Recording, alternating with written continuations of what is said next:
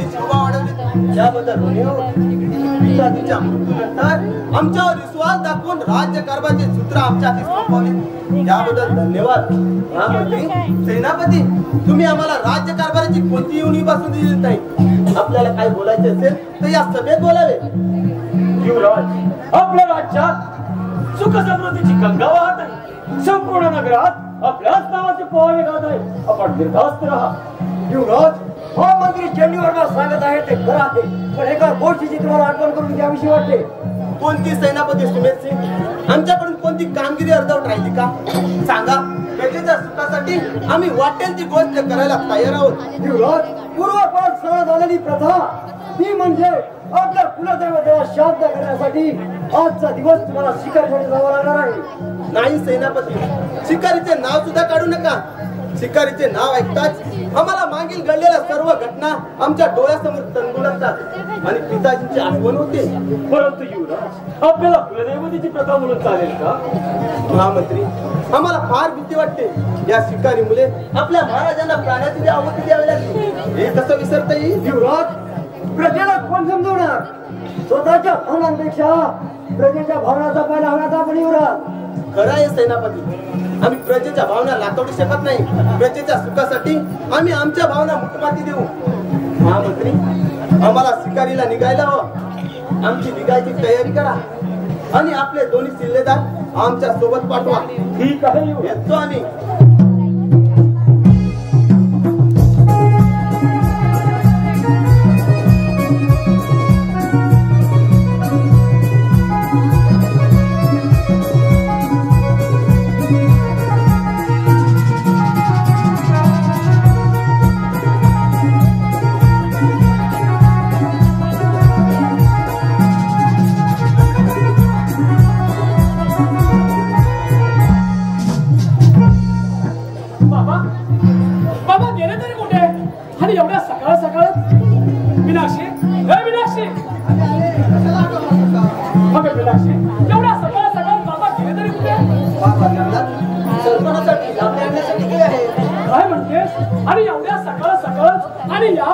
बाबा जंगलात मग कोण करणार?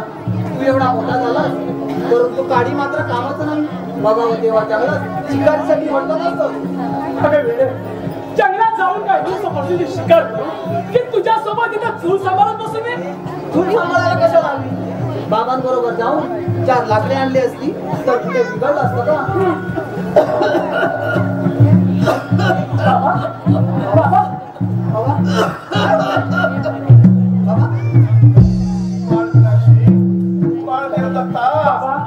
अरे दोघं असे भांडत तरी का दोघं बळा? बघा ना बाबा, घरी कामे करायची सोडून नेहमी जंगलात भटकत असतो. उद्या कसे याचे होणार? गप्पा बस मीनाक्षी. अगं त्याला काम नाही म्हणून काय झालं? अगं या म्हाताऱ्याच्या मनगटात अजून ताकद आहे कठीण काम करण्याची. बाबा, तुम्ही त्यांना डोक्यावर चढून ठेवला. मीनाक्षी, अगं तुझी चुरचुर बांधणारी जीभ बंद कर आणि तू घरी जा. पाहू पहिल्यांदा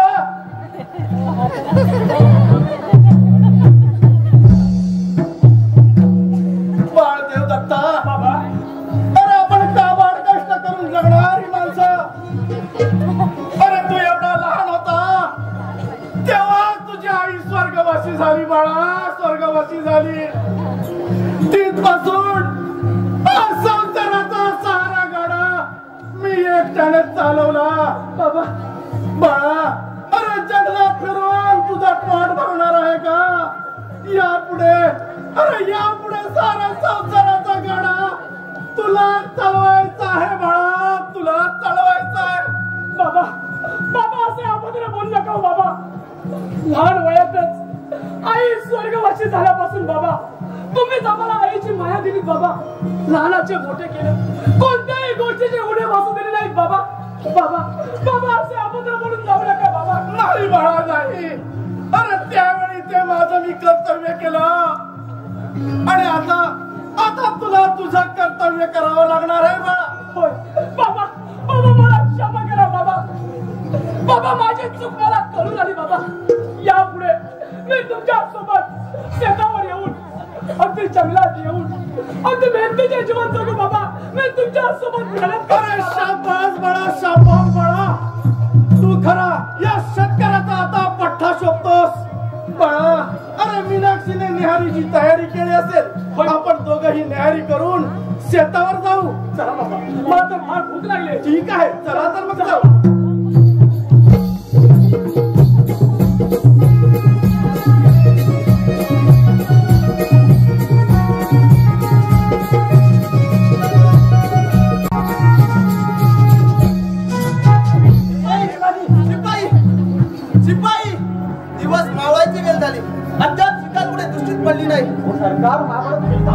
तुझ्या पोटात कावळे ओरडताय. अरे माझ्या पोटात तर चिमण्या चावचाव करताय, त्यांना खूप ताण लागले. शिपाई कुठे जाताय? आज शिकार घेतल्याशिवाय आपण परत राजवाड्यात जायचं नाही. भूक लागली. हो सरकार, खूप ताण लागले. हो ठीक आहे शिपाई, तुम्हाला कुठे पाणी मिळते का पहा, आम्ही पुढे होतो. ठीक आहे. माझी कशी ताण लागली एवढी? ताण कशी लागली? ताण कशी लागली तुला? अरे तुला काय सांगू? काय? अरे माझ्या बायकोन ना सकाळी सकाळीच कोलीन अरे भाकरी बाजून गेला. अरे याड्यामध्ये कोलीन खाऊ नको. मग काय खाऊ? चटणी झाली भाकरी खा याड्या. चटणी असं म्हणतोय. ते जाऊ दे. तबक फुलने फुल.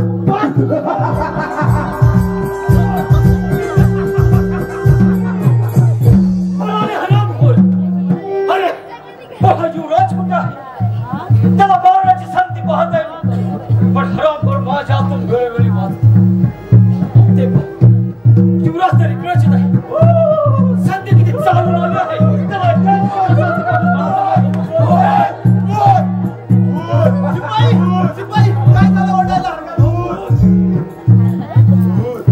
आणि कोण तो? अरे मी कोणते नंतर प्रथम तुझ्या समजेची 2 हात करून नंतरच मी कोणते तुला सांगणार आहे. अरे तोंडावर बुरका घेऊन कुत्र्यासारख्या भुकणाऱ्या नराधमा या युवराज प्रताप सिंहाला आवाहन करतोस. या तुझ्या नीत कृत्याचे प्रायचित्त तुला द्यायलाच हवं. मला या जंगलातील शिकार घेऊन जाण्यापेक्षा तुझ्यासारख्या नर पशुची शिकार घेऊन जायला खूप आवडेल. अरे पण तू राजवाड्यात जिवंत परत जाशील ठेवा ना. अरे माझ्या भावबळाची शक्ती पुढे तिच्या वळकत पोळ ठरतील. मग पहा या युवराजाच्या तलवारी करून.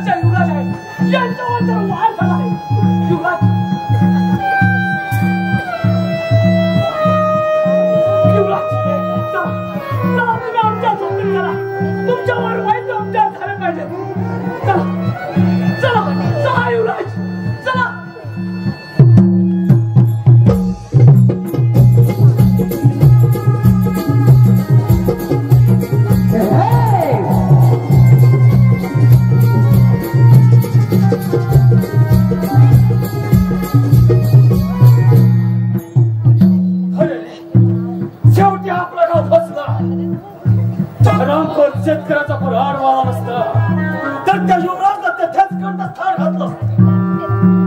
शेवटी आमचं दैव आमच्यावर फिरले म्हणायचे. मंत्र्याचा विजय असो. मंत्री कसा विचार करत आहात तुम्ही? काय करावे आणि काही नाही तेच काही कळत नाही. या शुभेच्छा म्हणजे असं कुठं तरी काय? सेनापती, महाराष्ट्रात अशी झाल्यापासून या राज्याची तुला आपणच संबोधना आणि युवराज फक्त नाममात्र राजा आहे एवढे करत असताना आपल्याला कुठेतरी ठोकर खावी लागत आहे असं नाही का वाटत आपल्याला? हा मंत्री, वाटतं, जरूर वाटतं. आपण फक्त हुकमाचे ताबेदार आहोत. हुकूम पाळणं एवढं चांगलं काम यापैकी आपण काय करू शकतो? सेनापती, मला चाललं तर आपण काही करू शकतो. फक्त त्यासाठी तुमची आम्हाला साथ हवी. हा मंत्री, तुमच्या बोलण्यात अर्थ मला कळला नाही. जे काय असेल ते स्पष्ट सांगा. सेनापती, काल शिकारीसाठी गेला होता जे आपल्याला सुद्धा ठाऊक आहे. त्याच वेळी आम्ही त्याच्या मागावर होतो. आम्ही त्याचा पाठलाग केला आणि त्याच्यावर हल्ला केला. त्या हल्ल्यात माझा संस्थेने युवराज जखमी झाला. मी त्याच्यावर वार करणार. तोच तो शेतकऱ्याचा पोर हातात फरशी घेऊन युवराजाच्या रक्षणासाठी धावला. त्यामुळे आम्हाला तिथून काढता पाय ठेवा लागला. अरे रे दुर्दैव त्याचा सतत आमच्या पाठीशी उभत आहे. पण ते आम्ही आमच्या भावबळाच्या शक्तीने बदलतो. फक्त त्यासाठी तुमच्या खांदावी आमच्या पाठीशी उभा असेल तर ते रत्नगडचे राज्य आम्ही हस्तगत करू. महामंत्री एकदा का या राज्याचे आम्ही राज्य झालो की महामंत्री पदाचा मुकुट तुमच्या शिरी चढवून तुमचा गौरव करू आणि आपण दोघे मिळून हे राज्य सांभाळू. तुम्ही रत्नागरचे राजे होणार आणि महामंत्री पदाचा मुकुट माझ्या श्री चढवून माझा गौरव करणार आणि हे राज्याचे राजगादी आपण दोघांमिळत चालू. बस महामंत्री तुमच्या मताशी मी सहमत आहे.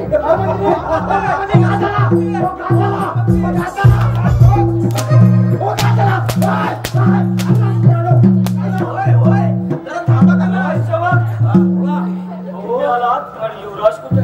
अहो आम्ही जंगलात शिकायसाठी गेलो होतो. काय झालं पुढे? काय झालं? तहान लागली मग आम्ही पाणी प्यायला गेलो होय की नाही?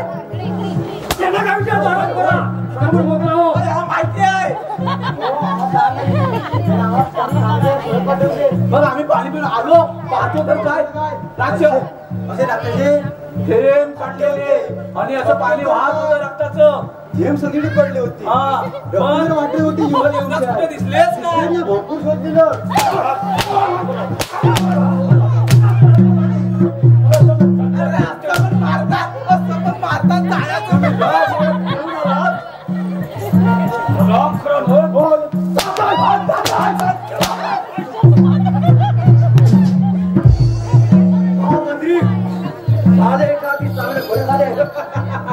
युवराजांबद्दल सहानुभूती दाखवायला आपल्या जनतेला जनतेला सुद्धा कळलं पाहिजे की युवराजाच्या शोधासाठी महामंत्री स्वतः गेले. आणि जर का तो काळाचा जिवंत असेल तर त्या शेतकऱ्याचा शोध घेतला पाहिजे आणि त्या दोघांचाही नायनाट करावा लागेल. त्या कामगिरीसाठी आम्ही स्वतः जातीने जात आहोत. जनतेला सांगून त्यांच्या डोळ्यात सहानुभूतीची धूळ फेका. युवराजांच्या शोधासाठी महामंत्री स्वतः गेले. ठीक आहे महामंत्री.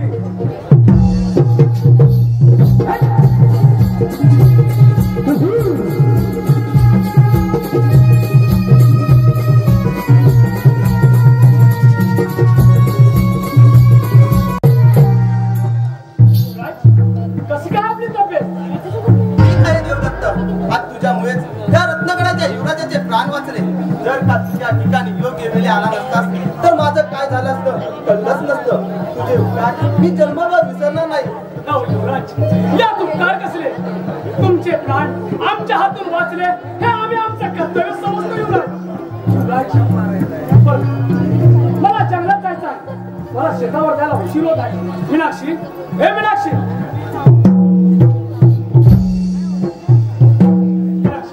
तू युवराजावर लक्ष ठेव. मी जंगलात शेतावर जाऊन येतो. तू परक्या माणसाची सेवा करून देवाजवळ दंड आयुष्य मागणारी तूच खरी देवता आहेस. आपण हे काय बोलत आहात? मीनाक्षी मी जखमी असताना माझी मनोभावे सेवा केलीस.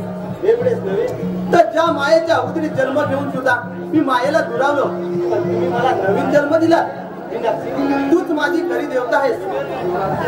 आपण रत्नगडचे राजकुमार आणि मी गरीब शेतकऱ्याची मुलगी. मला देवता म्हणून काय म्हणत का? मीनाक्षी तुम्ही गरीब असलात तरी मनाने श्रीमंतात. खऱ्या खऱ्या देवता नसाल तर या माझ्या मनोदेवता माझ्या हृदय मंदिरात मी तुझीच मूर्ती बसवली आहे. आपण रत्नगडचे राजकुमार आणि माझ्यासारख्या गरीब मुली बरोबर कशी काय बरोबरी होणार आणि जनता काय म्हणेल? मीनाक्षी मी तुला मनाने वरले आहे. या रत्नगडाची राणी म्हणून तुला मनाने घेऊन जाईल. बोल आहे का? बोल नाही म्हणू नकोस. पण बाबा आणि दादा काय म्हणतील त्यांची तू चिंता करू नकोस. त्यांच्या जवळ मी रिसर बोलेन.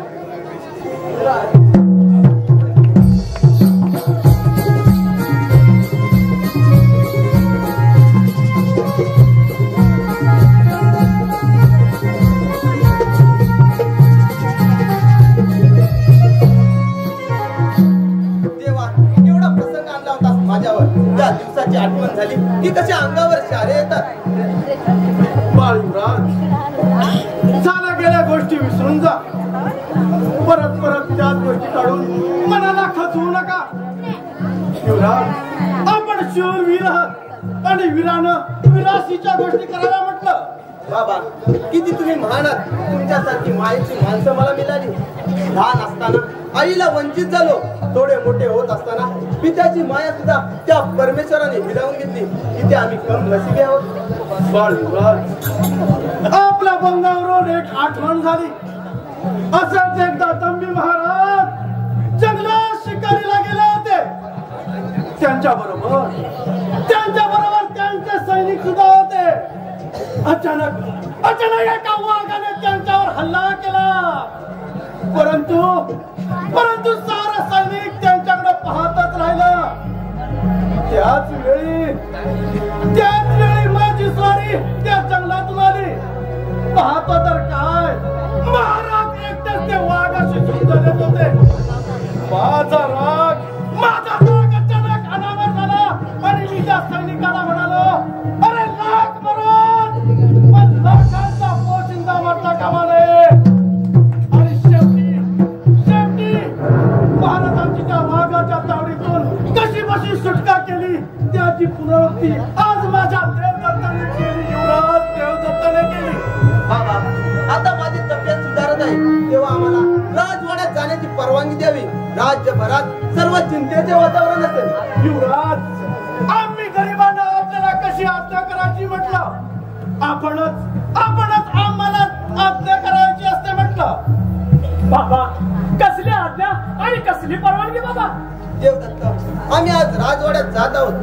महामंत्री, सेनापती सर्व चिंतेत असतील, तेव्हा आम्हाला लवकरात लवकर निघावे लागणार आहे. युवराज, तशी आपली इच्छा. बाबा, युवराजांची निघण्याची आपण तयारी करूया. देवदत्ता, युवराजांची तब्येत अजून काही ठीक दिसत नाही म्हटलं. होय बाबा. म्हणून म्हणतो, युवराजांना राजवाड्यापर्यंत सोडून आपण परत यावे. बाबा, जशी आपली आज्ञा. ठीक आहे, चला तर म्हणतो.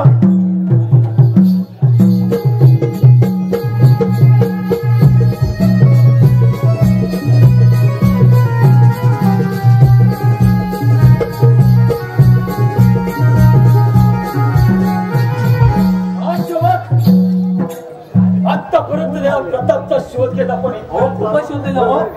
कोणाने तर कहर केला आहे. तर काय, हा सूर्य माझ्यावर तळपतो. पण मी काय म्हणतो, एवढा सूर्य कसं काय लागलेला आहे? 1 2 जास्त दिसतात.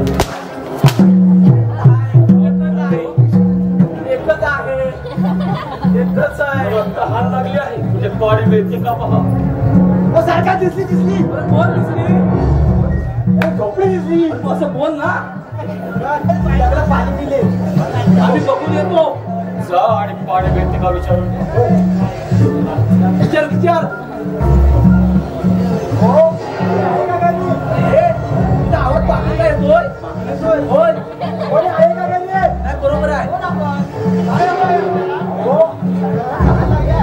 ताण लागले. ताण पाणी पिले. हो, बर. सरकार, पाणी मिळेल सोय झालेली आहे. पण एका अटीवर नजर फक्त तांब्यावरच ठेवायची. आले वाटतं. लवकर बाल.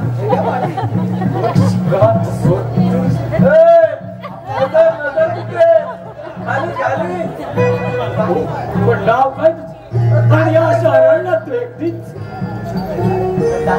आपल्याला तहान लागली आहे ना. हे घ्या पाणी. तू बस.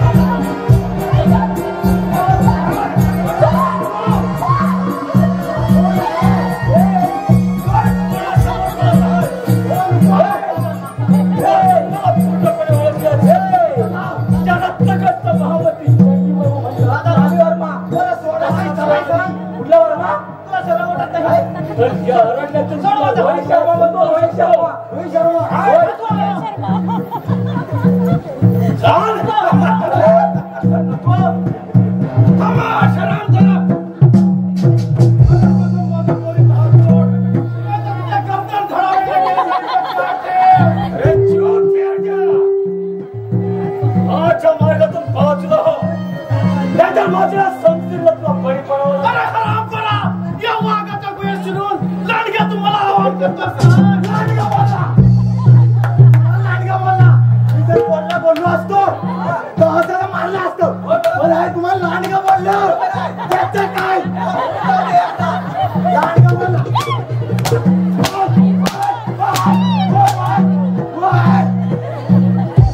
मला लांडगा बोलला. मला लांडगा बोलला. तू लांडगा कोणला बोललास? लांडगा दिसत तुला?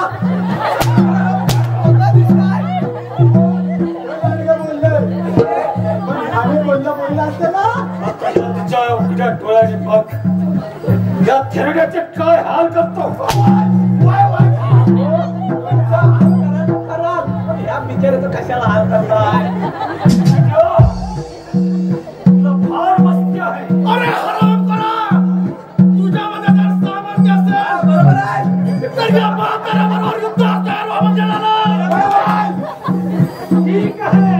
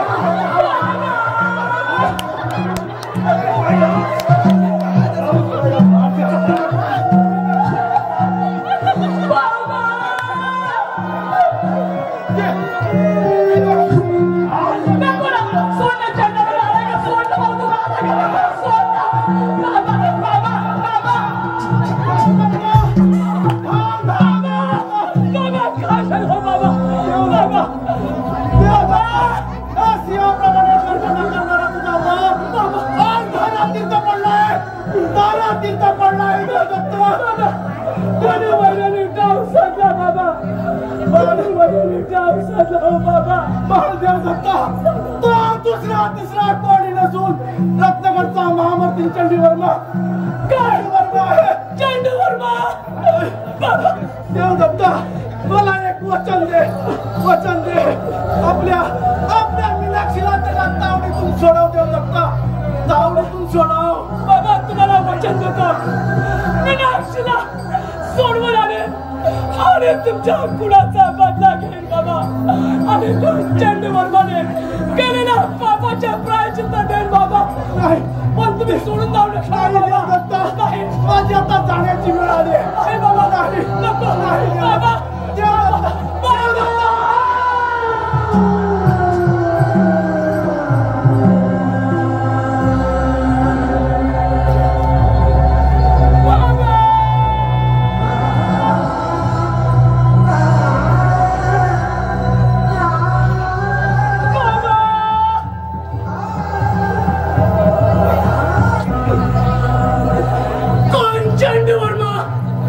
अरे तू केलेला पापाचा प्रायश्चित्त दे. देवदत्त तुला काळ म्हणून ग्रासाला येते. तुला काळ म्हणून ग्रासाला येते.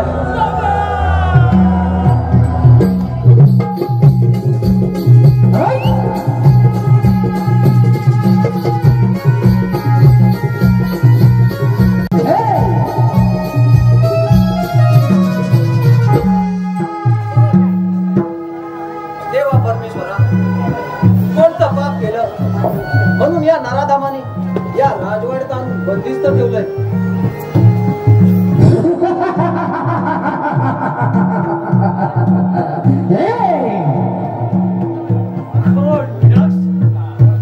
वर्माच्या येण्याने नाराज होऊ नकोस. तुझ्या काळावरचे प्रेमाचे हसरे किरण पुन्हा एका चमकू दे. महामंत्री तुमची ही पापी बुद्धी सोडा. तुम्ही या राज्याचे महामंत्री आहात. माय बहिणींच्या शिराचे रक्षण करणे हे तुमचे कर्तव्य मग हा पापाचा मार्ग बरा वाटतो का? मीनाक्षी, तुझे हे सुंदर रूप पाहून माझा वासने चवलं. त्यातला आस्वाद तुटायला तुझ्यावरती खिरट्या घालू लागला तर त्यात नवल कसले?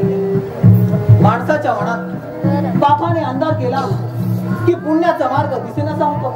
चंडी वर्मा, तुझ्या जीवनाचा नाश करायला तुला पापाचे डोहाळे लागले आहेत. मला पापाचे डोहाळे नव्हे, मला डोहाळे लागले आहेत तुझ्या प्रेमाची. तुला मी माझी वधू करून नंतरच हे राज्य हस्तगत करणार आहे. ना दादा, तुझ्यासारखा जर राजा का राज्य करू लागला तर हे रत्नगंठी राज्य 4 दिवसात रसातळाला जाईल. अगं सोड त्या भाकड कथा आणि या दृष्टाबरोबर विवाह करण्यास तयार हो.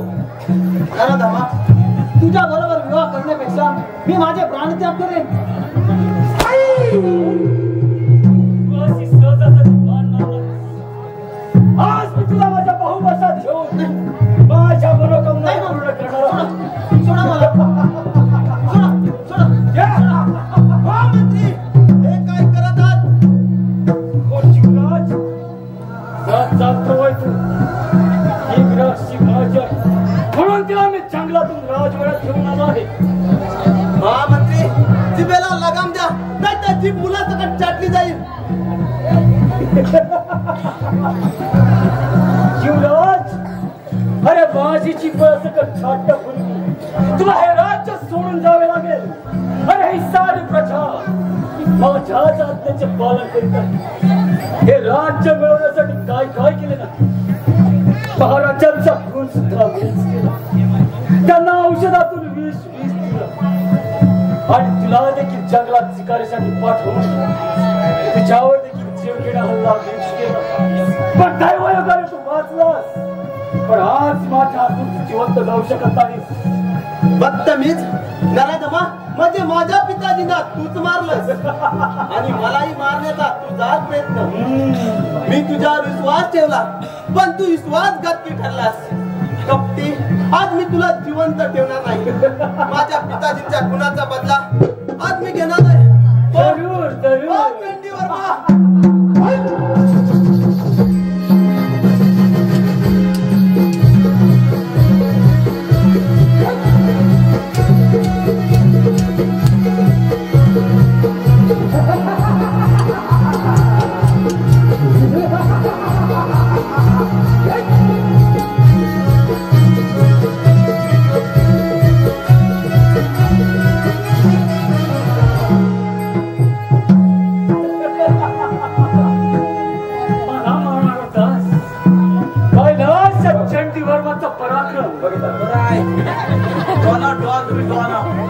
आई शपथ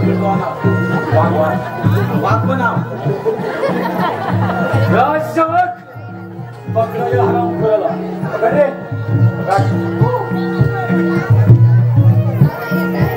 पकडतो आणि या मीनाक्षीला सुद्धा काय करा.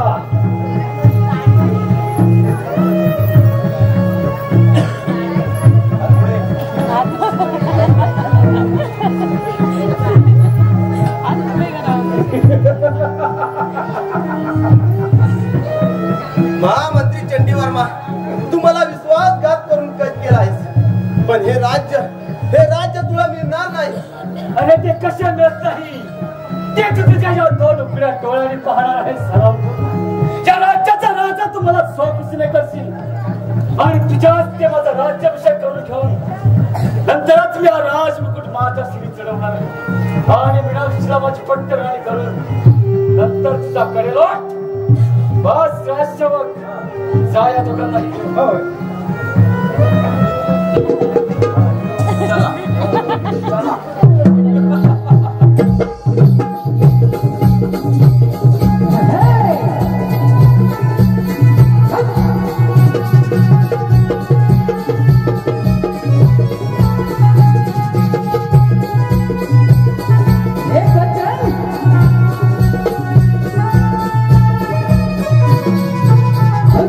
रसिक हो, या कार्यक्रमासाठी गोविंद बुलू खेडेकर निर्मित बहुरंगी नमन संचालक विजय खेडेकर व अक्षय महाडिक यांच्याकडून आमच्या या कार्यक्रमासाठी रोख 1001 रुपयांचं बक्षीस आलेलं आहे.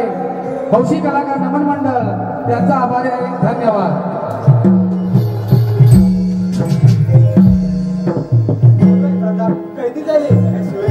चंडीवर मला सामील झाला.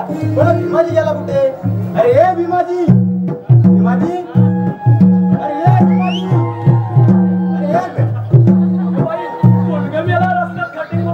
शेण धक्का मारला तर विनय भंग होतो आणि स्त्रियांनी धक्का मारला तर काय समजावे? बाई माणसानं कुणी असाल तर माणूस बघून झाला की अरे मेल्या बाजूला हो, माझ्या रस्त्यात कशासाठी उभा आहेस तू? पण तुझं नाव काय? अय्या माझं नाव की नाही, नाव काय? माझं नाव मैना. मेल्या तुझं नाव काय? अगं माझं नाव शमाजी.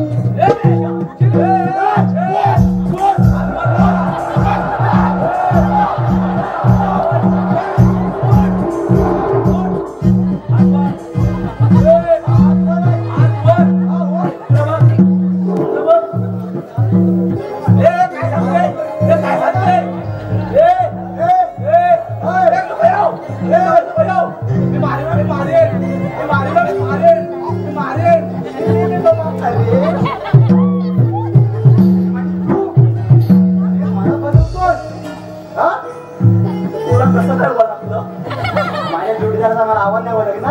असं पण आहे बोलून दे. चांगली कोण आहे? जी महिना आहे, महिना माझी हा लांबा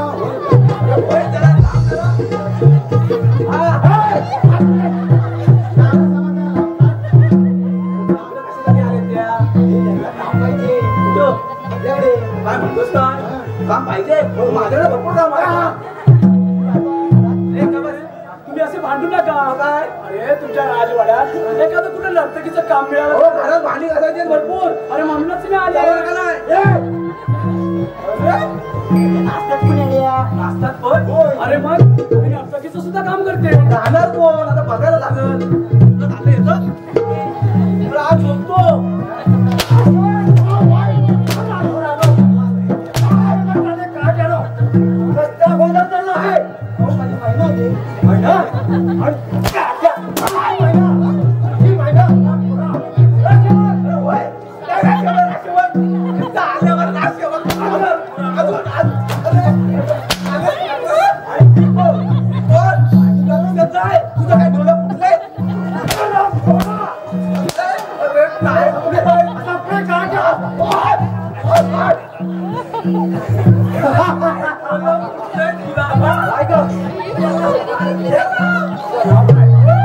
माझं नाव की आहे महिना. मी या राजवाड्यात पुढे नोकरी मिळते का? काय कोणी आलं आहे?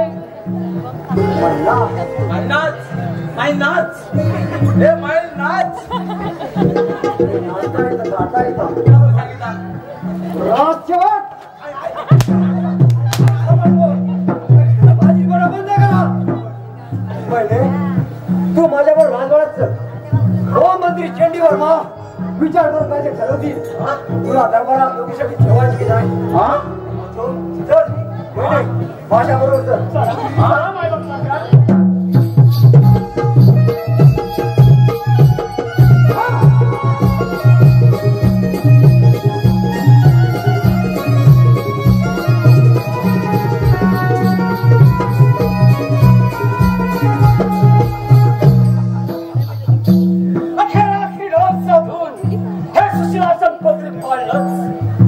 राजा होय जगत राजा आता चंडी वर्माचा महानंद शक्तिशाली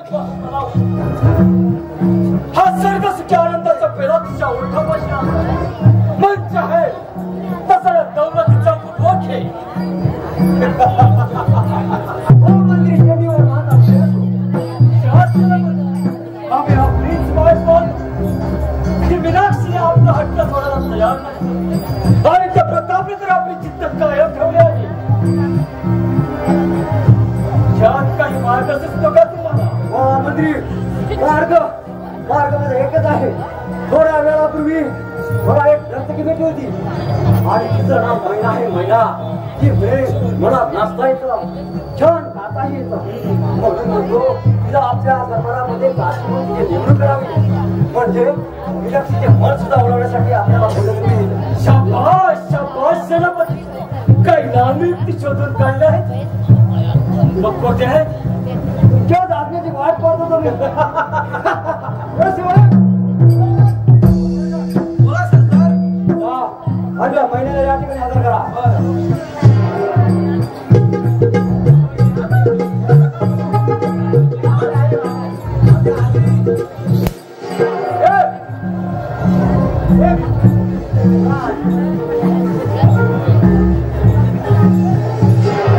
दरबारात नोकरीसाठी आलीस?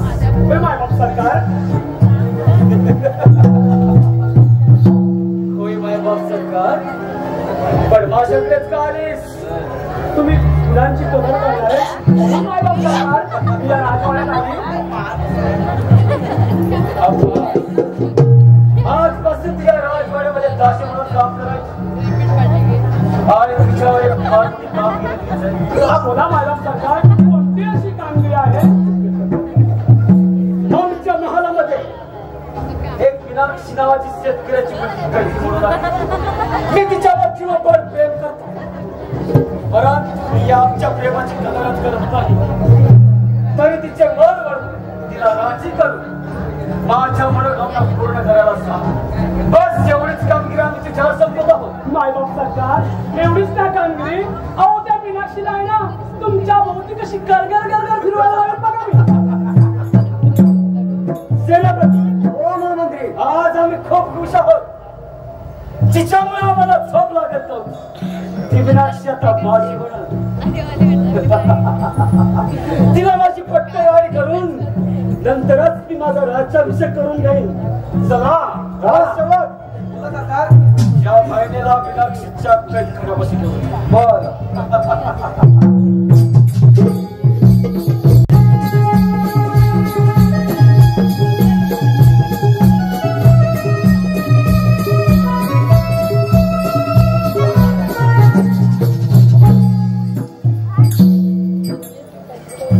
तंबी महाराज यांचे सुपुत्र प्रताप त्यांना सुद्धा कैद करून त्यांची विल्हेवाट लावण्याचा प्रयत्न तो चंडीवर्मा करत आहे.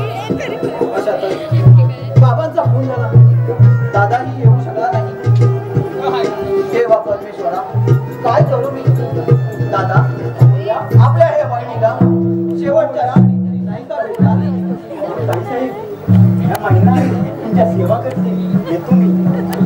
अहो बघा ना, बघा ना, अहो बघा ना, बघा ना.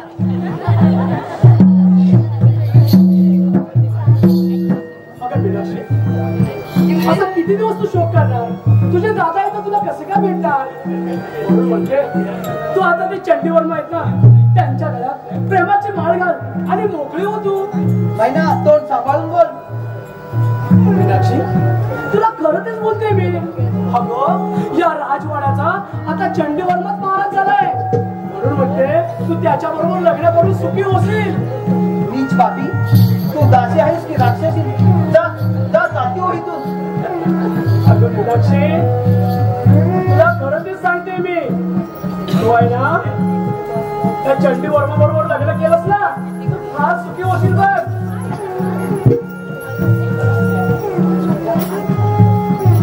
जा जा, चालती हो इथून. नाही तर नाही तर काय, वेळ आहेस तू. अरे दादा, तू यावेळेस तू मला ओळखलं नाहीस. अगं, या राजवाड्यात प्रवेश करणं या वेशातच मला यायला पाहिजे, कारण या राजवाड्यात प्रवेश करणं फार सोपं नाही मीनाक्षी. म्हणून हा स्त्रीवेश धारण करून मला आज या ठिकाणी प्रवेश करावा लागला. मीनाक्षी, तू आता मुळी चिंता करू नकोस. पण दादा, तू त्या सैतानाबरोबर कसं काय सामना करू शकणार? अगं मीनाक्षी, मी एकटा कुठे आहे? अगं मीनाक्षी, त्या चंडी मातेची कृपा, बाबांचा आशीर्वाद आणि तुझं प्रेम या सर्वांच्या साक्षीनेच या राजवाड्यात मी प्रवेश केला आहे मीनाक्षी. पण दादा, तू महिना नसून देवदत्त आहेस, हे जर त्यांना वेळेपूर्वी समजलं तर? मीनाक्षी, त्याची काळजी तू करू नकोस. अगं, युवराज सुद्धा कैद आहे. प्रथम त्यांची सुटका करून त्यांच्या साह्याने नावाने या राज्याची विस्कळलेली घडी आम्ही पुन्हा बसवू. परंतु मला आता निघायला हवंय, मला उशीर होतोय. चल येतो मी. हो दादा, माझ्या प्राणापेक्षा युवराजांचे प्राण लाख मोलाचे आहे. या रत्नगडचा कुर्ती अखंड देवत राहायला पाहिजे. जा दादा, तुझ्या कामगिरीस तू यशस्वी हो. चल मिराशी, तू मुळीच काळजी करू नकोस. येतो मी.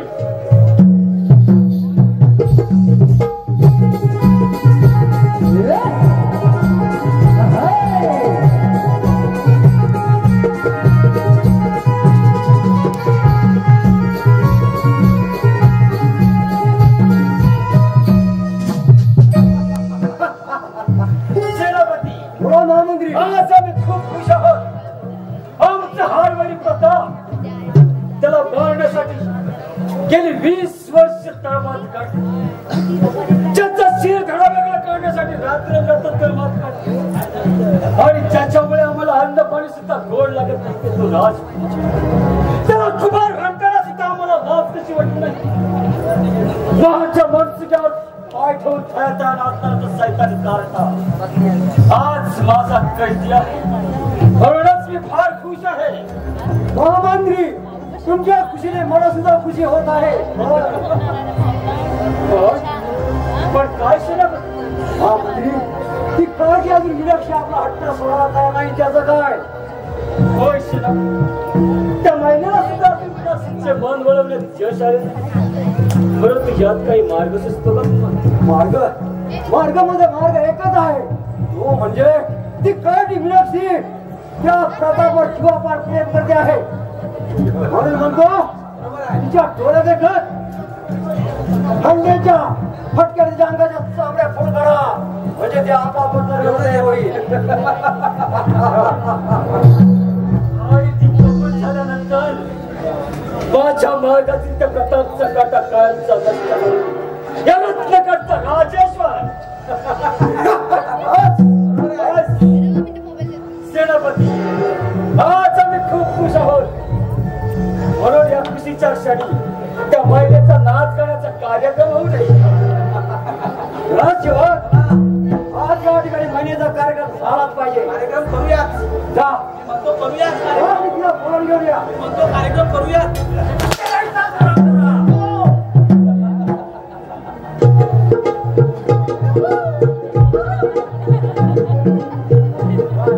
गेली 20 वर्ष जगात जिवंत राहून आमचा भयानक छळ केलाय. त्या छळाचा आज पुरेपूर बदला घेणार आहे मी. झाली द्या. बरोबर आहे तुमचं. एक नंबर आहे ना. आज आम्ही खूप खुश आहोत. आमच्या मुलाखत लवकरच पूर्ण होणार आहे. म्हणून या खुशीच्या क्षणी मी सुद्धा कार्यक्रम होऊ दे. ठीक आहे मायबाप सरकार. दादा येतो ना आलो. हे लवकर ये रे. म्हणजे ट्रक चालू कर तुझ्या नाच गाण्याला.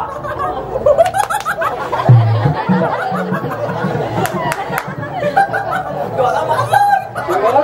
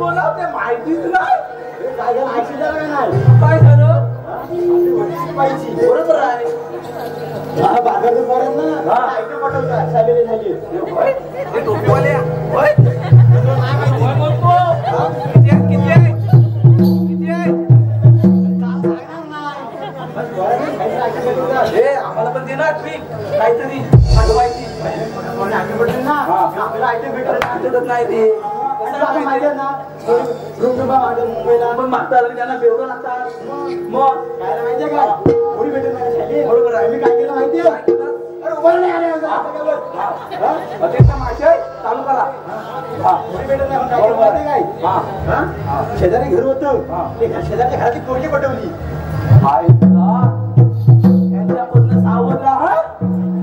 याच्यापासून सावध राहा. हा काय करेल हा नियम नाही. शेजारची पोरगी पटवली पटवली पुढे काय झालं? ही याला सोडून गेली. आई सोबत सोडून पण गेली. अरे पटवलीच कधी आणि सोडून गेली कधी? शिपाई नोकरी सोडा. काय मग बापू देणार होता तिला खायला? सांगणार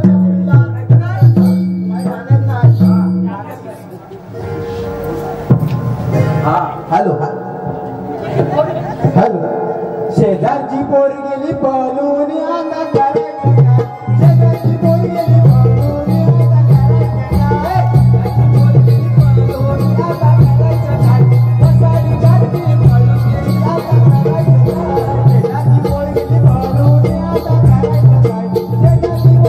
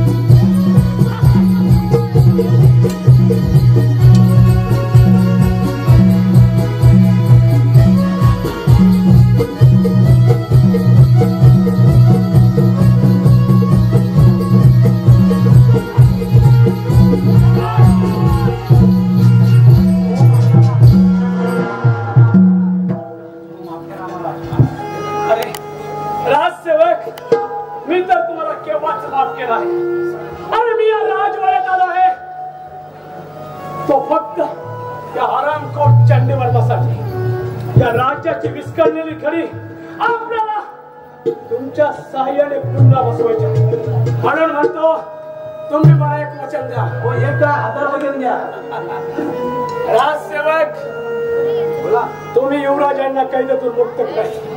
ठीक आहे. बेईमानी केली तर याद राखा. तुम्ही अजिबात काळजी करू नका. असं चला तर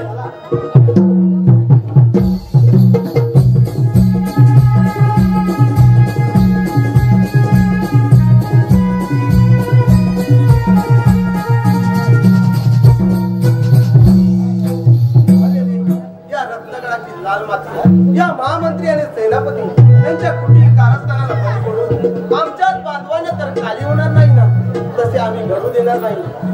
आमच्या शरीरात प्राण असेपर्यंत तसे आम्ही होऊ देणार नाही. पण काय करणार, या साखल दंडाने तर या वीराला जगडवून ठेवलं आहे. अरे परमेश्वरा, या आमदार कोठडीत जगण्यापेक्षा एक दिवस शत्रूशी दोन हात करून मारण्याची तरी संधी दे. युवराज तुम्ही घाबरू नका. युवराज निर्धास्त राहा, तुम्ही निर्धास्त राहा, चिंता करू नका. युवराज कोण धीर देतोय मला? माझा मृत्यू तर मला धीर देत नसेल ना? नाही तुमचा मृत्यू नाही, मी प्रत्यक्षात देवदत्त आहे. देवदत्त तू या ठिकाणी त्या मृत्यूच्या जाबड्यात देवदत्त, त्या हरामखोराने मीनाक्षीला कैद केला आहे. तिला सोडून घेऊन जा. युवराज या राजवाड्यात प्रवेश केलाय तो फक्त मीनाक्षीसाठी नाही, मीनाक्षीला तर सोडविनाच. पण युवराज प्रथम या राज्याच्या युवराजांना मुक्त करेल आणि नंतरच मीनाक्षीला. देवदत्त तू परत जा. आधीच हादरलेल्या मनाला अधिक दुःख होईल. युवराज तुम्ही मुळे चिंता करू नका. प्रेमाच्या नशेमध्ये आंधळे होणारे ते हरामखोर सेनापती दारूच्या नशेमध्ये स्त्रियांवर अत्याचार करत असताना हा मर्द देवदत्त गप्प कसा काय बसणार? त्या हरामखोराला केव्हाच यमसाधीचा मार्ग दाखवला आहे. त्या हरामखोराने स्वतः मरताना सुद्धा त्याच्या बापाचे नाव घ्यायची सुद्धा त्याची इच्छा झाली नाही. शाबास देवदत्त, तुझ्यासारखा वीर योद्धा मला या राज्यात मिळाला नाही. धन्य असो तुझी. युवराज तुम्ही आता घाबरू नका. युवराज या राज्याची विस्कळलेली घडी आपण सर्वांच्या साक्षीने पुन्हा बसवूया. युवराज तुमच्या सेवेशी राजसेवक तुमच्या सहकार्याला धावून चला चला आपण. चला देवदत्त.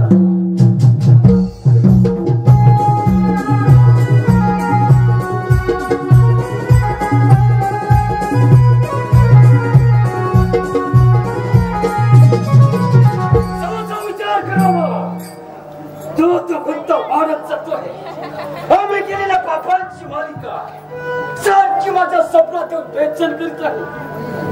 ती पापांची मालिका ते मेलेले मूर्ते माझ्या गळामध्ये गर्भास लावून माझा जीव ते घेणार नाही. ही जबरदस्तीने मिळालेली राजकारण उठून तर पडणार नाही ना. डोकं कसं सुन्न झालं आहे माझं. तिकडे नजर टाकावी तिकडे माझा हात पाय बसून समोर उभा टाकला दिसतो. काय करावे काही सुचत नाही. आमचे सेनापती त्या देवदत्ताच्या मागावर महामंत्र्यांचा विजय असो.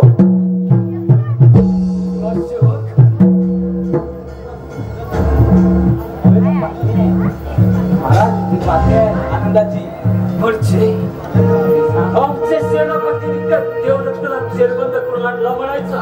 हो जेरबंद करण्यानी कानाने सेनापतीवर झडप घातली म्हणजे ते मेले, संपले, आपल्यातून निघून गेले.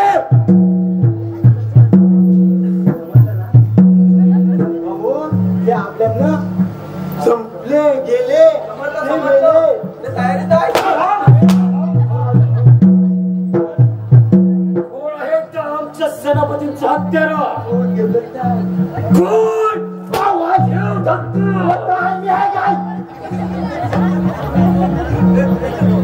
अरे आमच्या खात्याला खाता लावून हे राज्य मिळवून देण्याचा प्रयत्न करणारे आमचे सेनापती आज आम्हाला त्या महामंत्र्याचा सुद्धा हात करून पडलाय नाही अजून.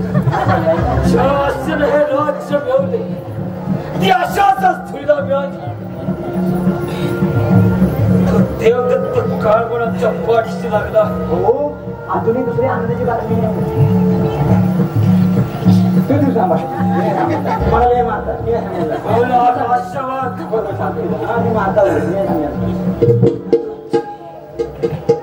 अध्यक्ष महाशय पूज्य गुरुजी वर्ग आणि महामंत्री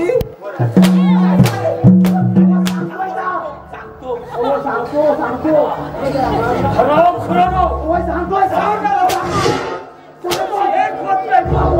माझ्या सर्वांगाचा दुसरी बातमी ऐकून त्याचा भडकावलं ते सांग. युवराजांना सोडवण्यात आलं. सोडवलं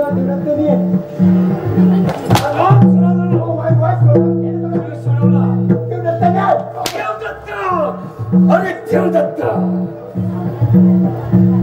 शेवटी दुर्दैव कसं आमच्या पाठीच्या हात होऊन लागला. एका संकटातून बाहेर पडा, दुसऱ्या संकट आवासून त्या भस्मासुरासाठी समोर काय करावं काही कळत नाही. शेवटी आमचा जीव एका शेतकऱ्याच्या पोरामुळे धोक्यात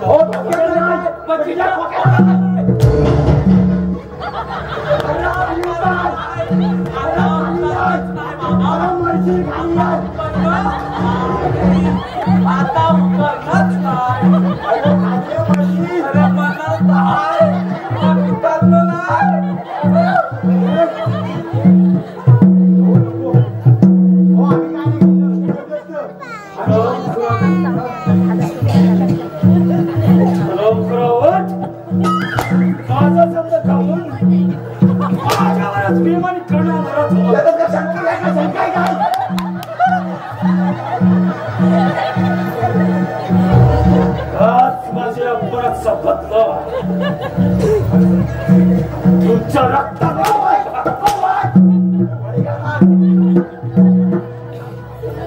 आपल्या देवाचे नाव आणि मानवाचं नाव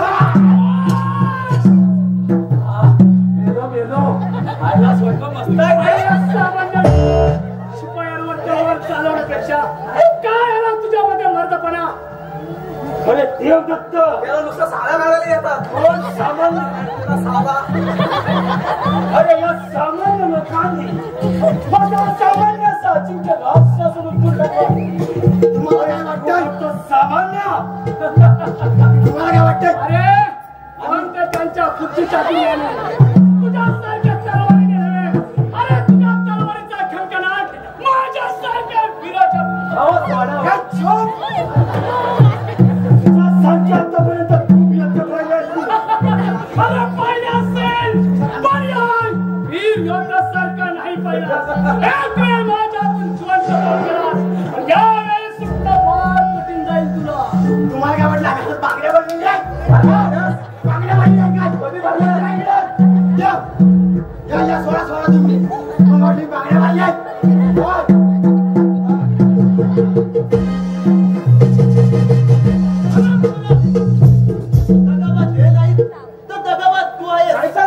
माझ्या पिताजींचा खून करून हे राज्य हस्तगत करून पाहणाऱ्या नराधमा, तुझे सर्व डाव व्यर्थ ठरले आहेत. एकही डाव व्यर्थ झाला नाही. आज मी माझे स्वप्न साकार करणार आहे. दोघे जरी माझ्यावर चालवणार आहात, दोघेला समर्थ आहे. दोघे मग पाहतोस काय? ठीक आहे. चंडीवर अरे चालव तुझी संशय.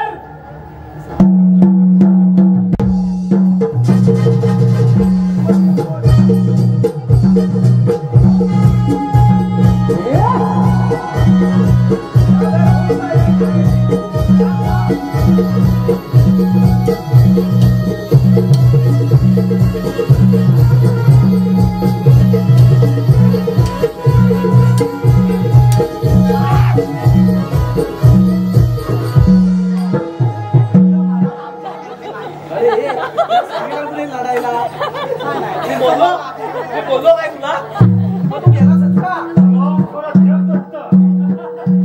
तुझ्या शहरामध्ये ताकद आहे ना. अरे हराम खोरा.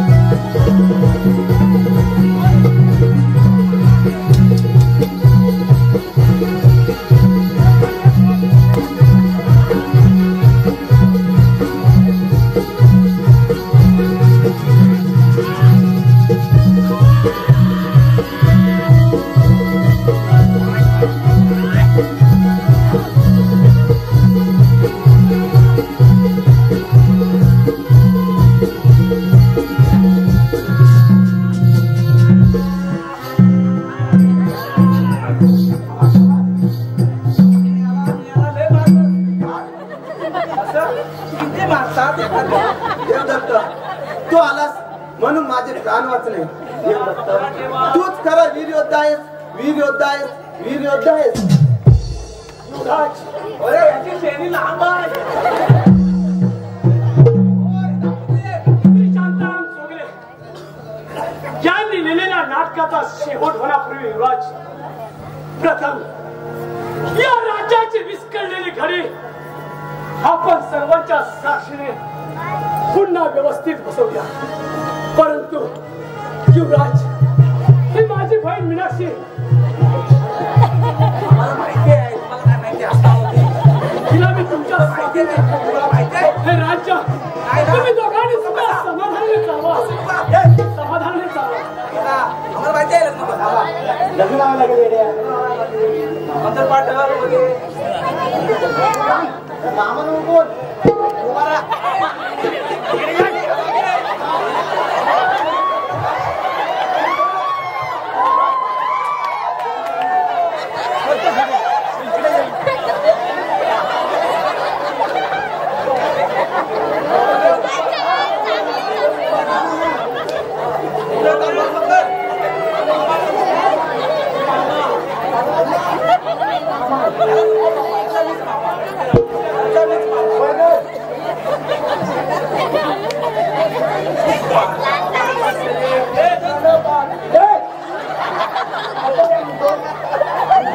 असं म्हणूया ना, आपण एक संदेश देऊया. तुझ्या बायकोचं गाणं म्हण, माझ्या बायकोचं गाणं म्हणतो ना. 1 2 3 स्टार्ट. पौर्णिमेचं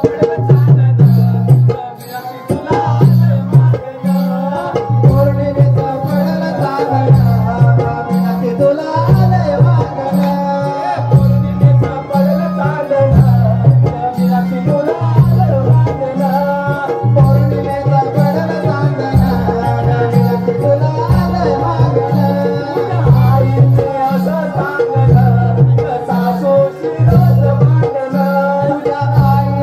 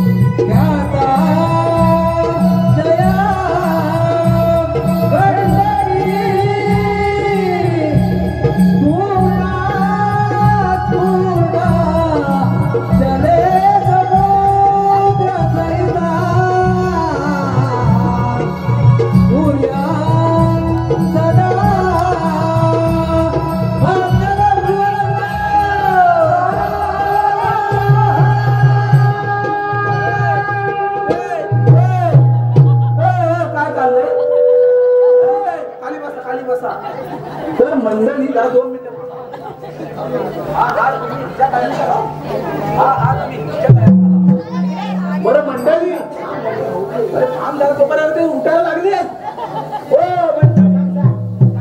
खाली बसा, तिकडे भरपूर उभी राहिलेत बा. सांगून जा. तर आता लग्न झालेलं आहे, एका बाजूनेच या आहेर द्यायला, पण 500 रुपयाच्या खाली कोणी आहेर देऊ नये. हा